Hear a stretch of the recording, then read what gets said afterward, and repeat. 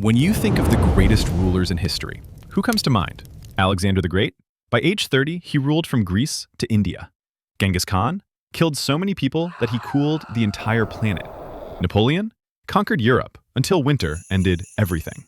For most of human history, ruling meant violence, fear, blood, force. And yet, every empire built this way collapsed. But there is one ruler in history that never marched an army, never burned a city, and never executed anyone, yet still governs how billions of people live today. But to see it, we need to rewind. For most of human history, we lived in small bands, 30, maybe 40 people. Everyone knew everyone. If someone cheated you, you remembered. If someone helped you, you reciprocated. Economics ran on memory. No kings needed. But this system had a ceiling. Around 10,000 BCE, everything broke. Agriculture began, settlements formed, and that gave rise to specialists, farmers, shoemakers, doctors, potters. Imagine this, Mesopotamia, 10,000 BCE. A farmer grows barley. He needs shoes, but the shoemaker doesn't want barley, he wants oil. The oil merchant wants cloth. The cloth weaver wants goats. One trade now needs 4 people, perfect timing, and mutual desire. Historians calculated it. With 100 goods, barter needs 4,950 exchange rates. With 1,000 goods, nearly 500,000. Civilizations choke on that complexity. So what do? Use force? Well, early kingdoms tried it. The Assyrians flayed rebels alive. Rome crucified entire villages. The Mongols erased cities to make obedience visible. Fear worked, but only within reach. Violence doesn't scale. Civilization needed a quieter form of rule. In Mesopotamia, around 8,000 BCE, farmers began using clay tokens. Each shape stood for something real. Grain, sheep, oil. No soldiers, no threats, just agreement. By 3000 BCE, the Sumerians upgraded the system. They pressed symbols into clay tablets, not for stories, for debt. How much do you owe? How much do you own? For the first time in history, value could exist outside human memory. Trust stopped living in people. It moved into records. Civilization had found a way to rule without watching everyone. As trade expanded, these systems spread. In China and Africa, cowrie shells circulated for nearly 4,000 years. You couldn't eat them, you couldn't build with them, but everyone accepted them. In Mesopotamia, barley became standardized. A laborer earned 60 silas a month. A foreman could earn thousands. No one could eat that much barley, but they could trade it. See, the object wasn't the point, the shared belief was. Then came the breakthrough.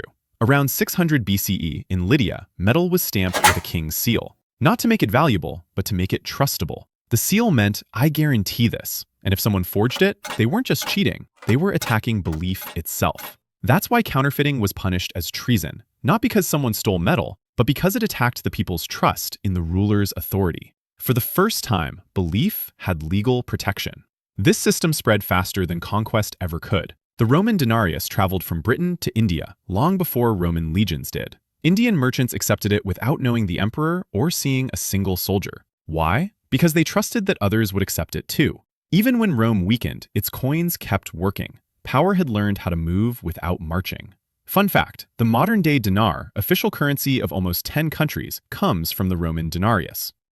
The belief even united arch-enemies. Christians and Muslims fought brutal religious wars. Cities burned, fields were destroyed. Yet, Christian rulers minted coins with Arabic inscriptions praising Allah. Muslim merchants used coins invoking Christ and Mary. They couldn't agree on God or truth, but they agreed on this system because it didn't ask, who are you or what do you believe?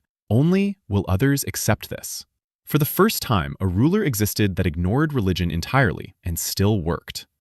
In 1519, when Hernán Cortés reached Mexico, the Aztecs noticed something strange. The Spaniards obsessed over gold, not food, not land, gold. When asked why, Cortés answered, "We suffer from a disease of the heart that only gold can cure."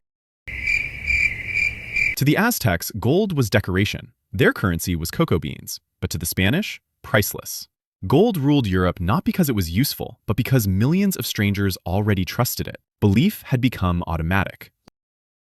Remove kings, remove laws, remove order, the system survives. In Nazi concentration camps, cigarettes became currency. Bread cost 12. A watch cost 200. Even non-smokers accepted them. Why? Because everyone else did. Change the object, the belief stays the same. Today, over 90% of all value on Earth exists only as numbers on servers.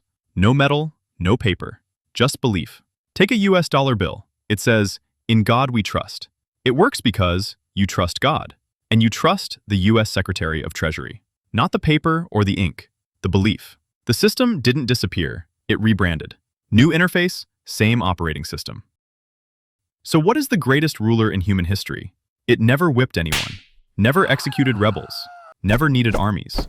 It unified enemies, outlived empires, scaled across continents. The greatest ruler ever was money. The only ruler that never cared about your race, religion, caste, or gender. Only trust. Trust that when you wake up tomorrow morning, you will be ruled by it again. Not by force, but by consent.